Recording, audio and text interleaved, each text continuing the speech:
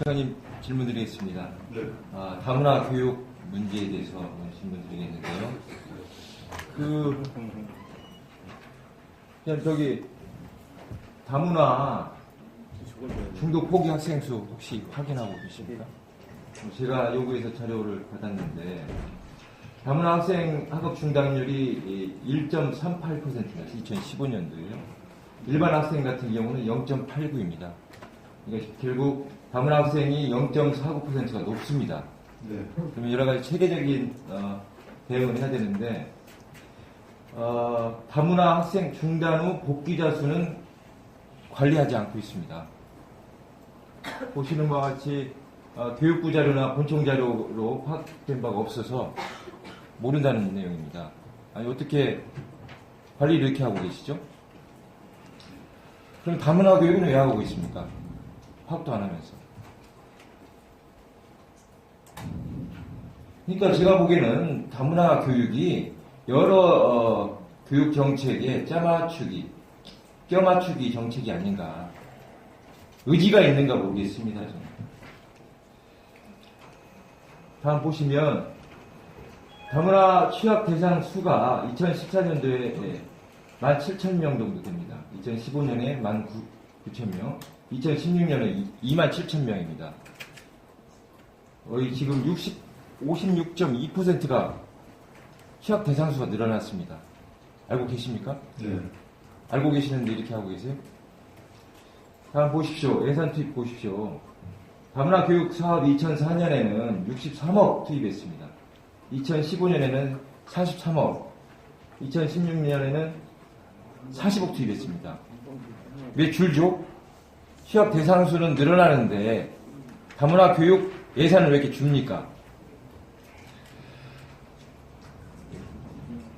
보시면 다문화 학생 수가 2배 증가했고 지출은 오히려 37%가 줄었습니다. 답변해 주시죠. 이제 2016년 16년 다문화 총 예산이 이제 40억이 좀 넘었고요.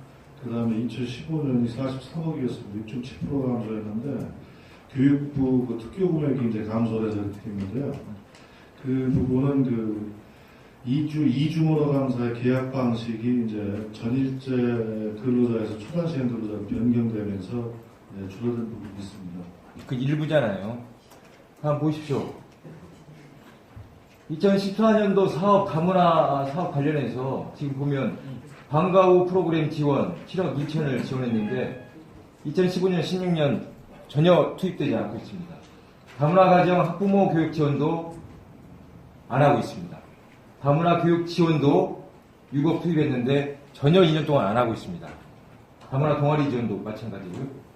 어떻게 해명하시겠습니까? 그런 부분은 대개 다문화 사업 같은 경우는 교육부 특교금으로 지원된 부분이 많이 있습니다. 그런 부분들이 많이 이제 줄어들어가지고 지금 저희도 예산 확보가 어려워서 줄고 있는 상황입니다. 특교금은 일방적으로 교육부에서 내려주는 겁니까?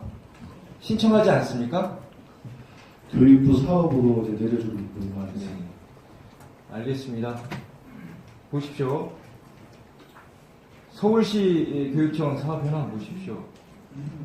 서울시 교육청 특별 교부금으로 2016년 사업에 하고 있습니다. 그러면 서울시는 특교금을 신청을 안 하고 교육부가 일방적으로 특별시만 준 겁니까? 그 부분은 제가 확인을 해봐야 될 것 같습니다. 그게 아니라 특교금을 신청할 때 교육청으로부터 받아서 하는 거 아닙니까? 그러니까 결국은 교육 이국이 다문화 교육은 안 하겠다라고 올리지 않았기 때문에 반영이 안 된 거 아닙니까? 저희가 그렇게 해석이 모습을 그렇게 해석될 수 있는 거 아닙니까? 의지가 없으니까 아닌 겁니까, 지금?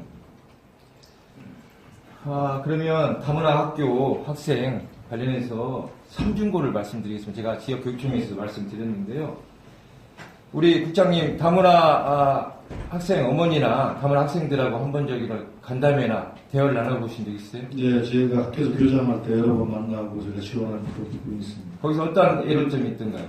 그래서 언어에 대한 애로점이 많고 부모가 이제 한국어에 서툴기 때문에 그 자녀도 한국에 서툴고 또 어머니의 문화하고 아버지의 문화가 대부분이 가정이 어렵습니다. 그런 부분들. 제대로 알고 계시네요. 그런데 왜 안 하십니까?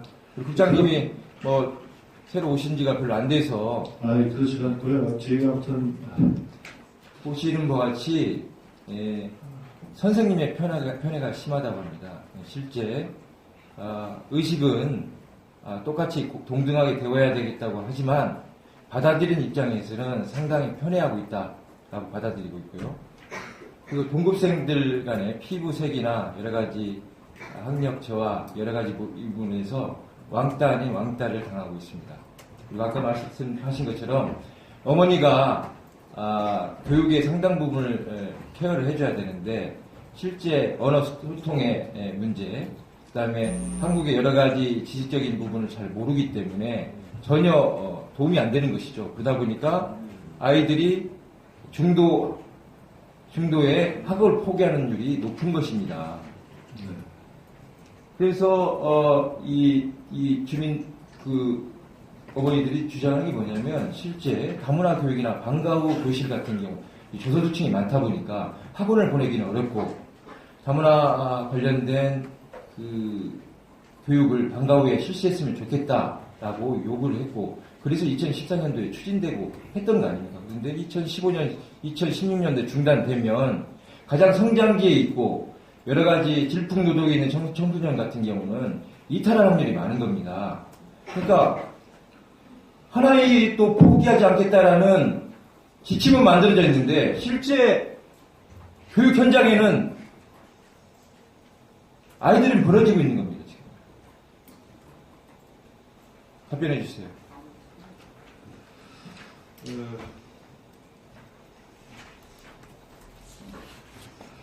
3년간 최근 이제 방과 후 다문화 교실 관련해서 예산 집행한 걸 보면은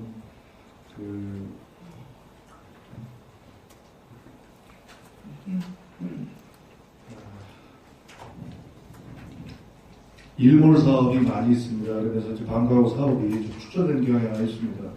그렇지만 저희들이 방과 후 다문화 학생들을 갖다가 저희들이